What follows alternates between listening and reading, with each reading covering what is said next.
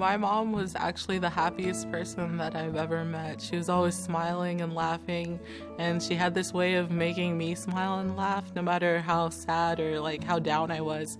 Another thing about her was that she truly carried a servant's heart. She always put other people's needs in front of hers, like whether it was my siblings and I or just random strangers. She loved helping other people. One of the things she taught me was that we were put on this earth to help each other and to love one another, and in doing so we'd be praising God's name. So I think she really lived up to that virtue of hers, and it was one of her priorities in life. Utther Finau is a member of the First United Methodist Church in Grapevine, Texas. Her mother, Lina Finau, was a big personality who quietly made her influence felt in the community with her attitude of joy and service to others. Cindy Ryan, associate pastor at Grapevine UMC, recounts Lina's unique presence within her church family. Lina Finau was another lovely person in our congregation that just radiated Christ's love. She was the mom of 6 children, and she just was the most humble person that was involved in so many areas of serving and then would bring her children up here to serve. She was involved in a variety of Bible studies, and I just think she kind of instinctively knew how important it was to be engaged in the Word and to be living that out. I decided pretty early on that I wanted to be a minister, and I think my mom and dad played a huge role in that. But I guess after a while, that thought just sort of went away, or I became insecure on whether or not I really was getting a call of ministry, or if I was just trying to make my parents happy. So I was unsure for a really long time on if it really was what I wanted to do. Lina, somewhere along the way, learned that I had this perpetual supply of Jesus calling. And so a few years ago, she started coming in to see me, and she would always look kind of sheepish and be sort of shy about it, and said to me the first time, like, could I please have one of those copies of Jesus Calling? One time she told me after I came home from school one day, she looked really happy, and so I could tell she was dying for someone to just ask her what was wrong. And so I played along, and I asked her why she was so happy, and she went on to talk about how she met this woman who was going through a really tough time in her life, and how she decided that she wanted to give away her book, but I didn't know it was the Jesus Calling book. And a few months later, she's back again. It was the same look on her face, the same kind of thing. And she said, I gave them all away.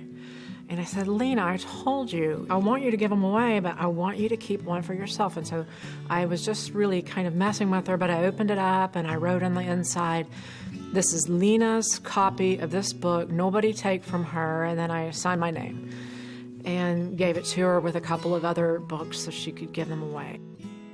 My mom loved Jesus Calling.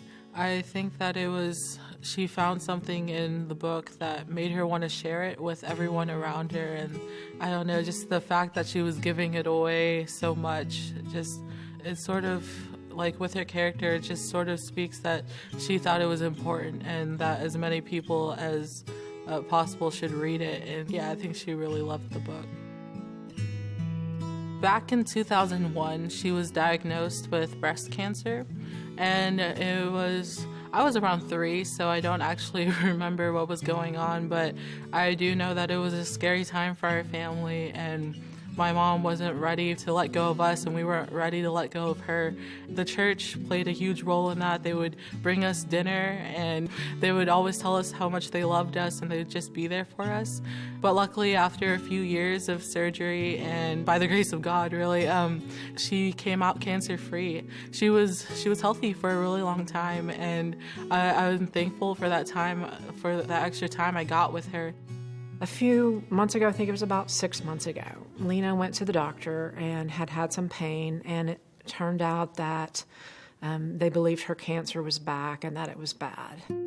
It came to the point where she couldn't stand it anymore, and so finally she got scheduled for a surgery so that the doctors could see what exactly was going on in her body. And that night, I remember a bunch of our family waited with us in the waiting room, and my aunt's the one that delivered the news because my dad couldn't say it out loud, that her cancer had come back and that it had spread pretty badly and she wasn't in good shape at all.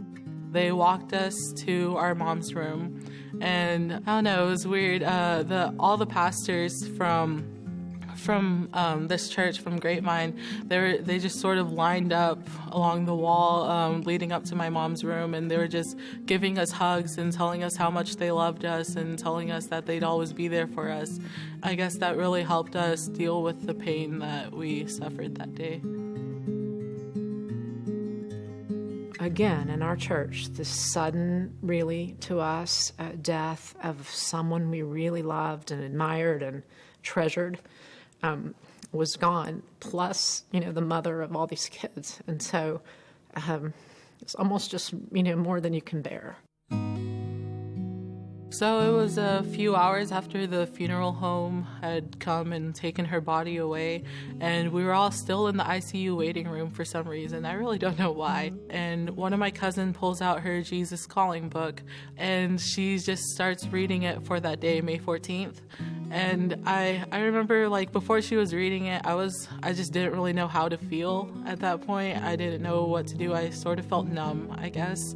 But then she started reading it, and that day's devotional actually focused on just how to deal with loss, sort of. And it talked about how God uses the weak and the unfortunate to show, how great His power is.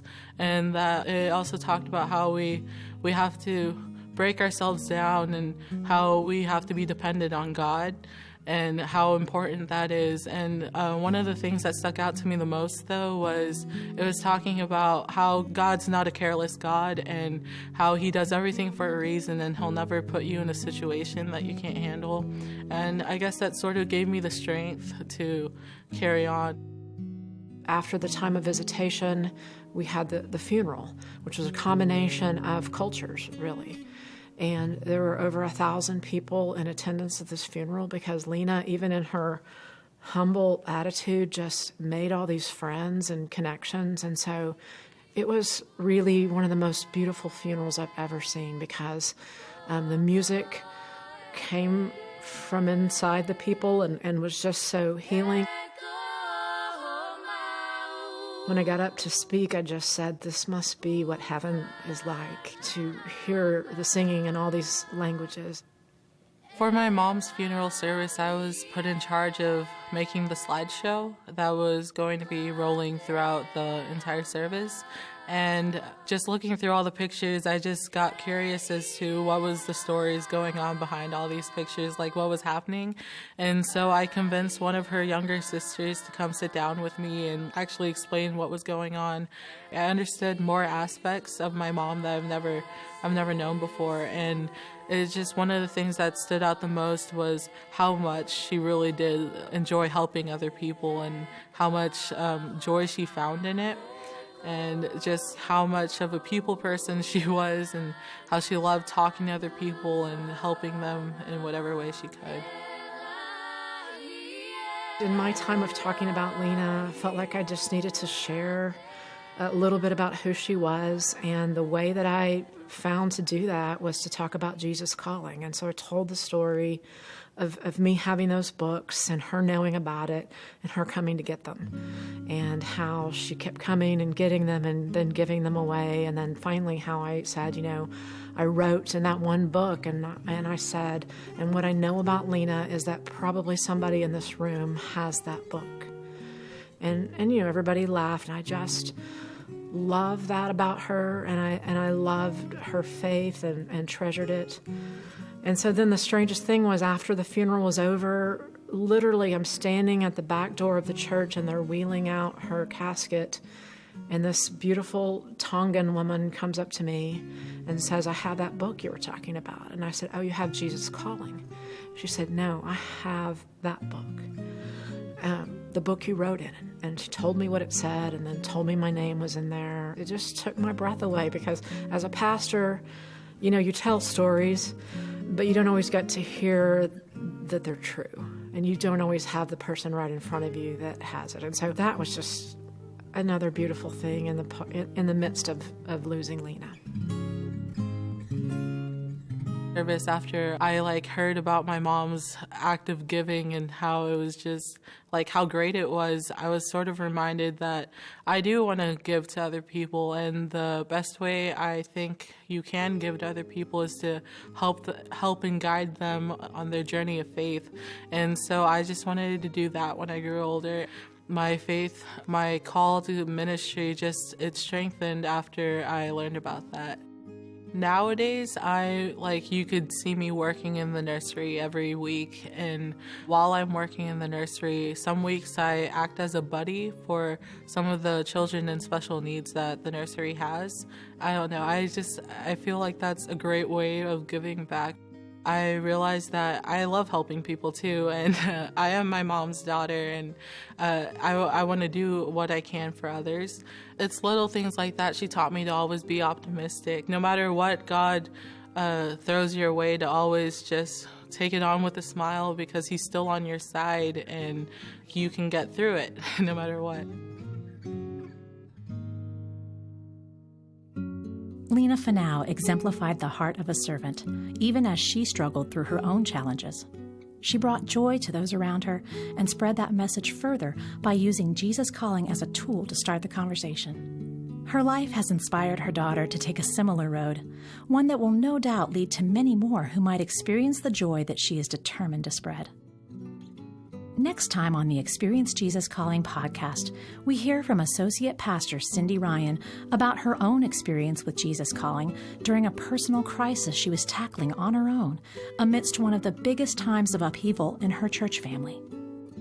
In 2011, in February, we had probably the most difficult thing that's ever happened in the life of our church to happen.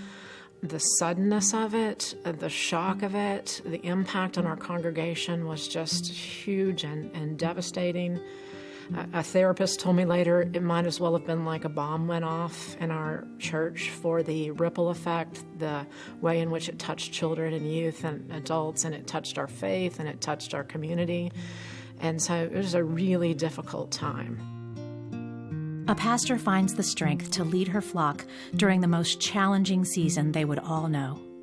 Next time on the Experience Jesus Calling podcast. Our excerpt from Jesus Calling for this show comes from the May 14th entry. I am a mighty God. Nothing is too difficult for me. I have chosen to use weak ones like you to accomplish my purposes. Your weakness is designed to open you up to my power. Therefore, do not fear your limitations or measure the day's demands against your strength. What I require of you is to stay connected to me, living in trusting dependence on my limitless resources. When you face unexpected demands, there is no need to panic. Remember that I am with you. Talk with me and listen while I talk you through each challenging situation. I am not a careless God. When I allow difficulties to come into your life, I equip you fully to handle them. Relax in my presence, trusting in my strength. Do you have an experience with Jesus Calling that has had an impact on your life? We'd love to hear from you. Visit JesusCalling.com and share your story with us.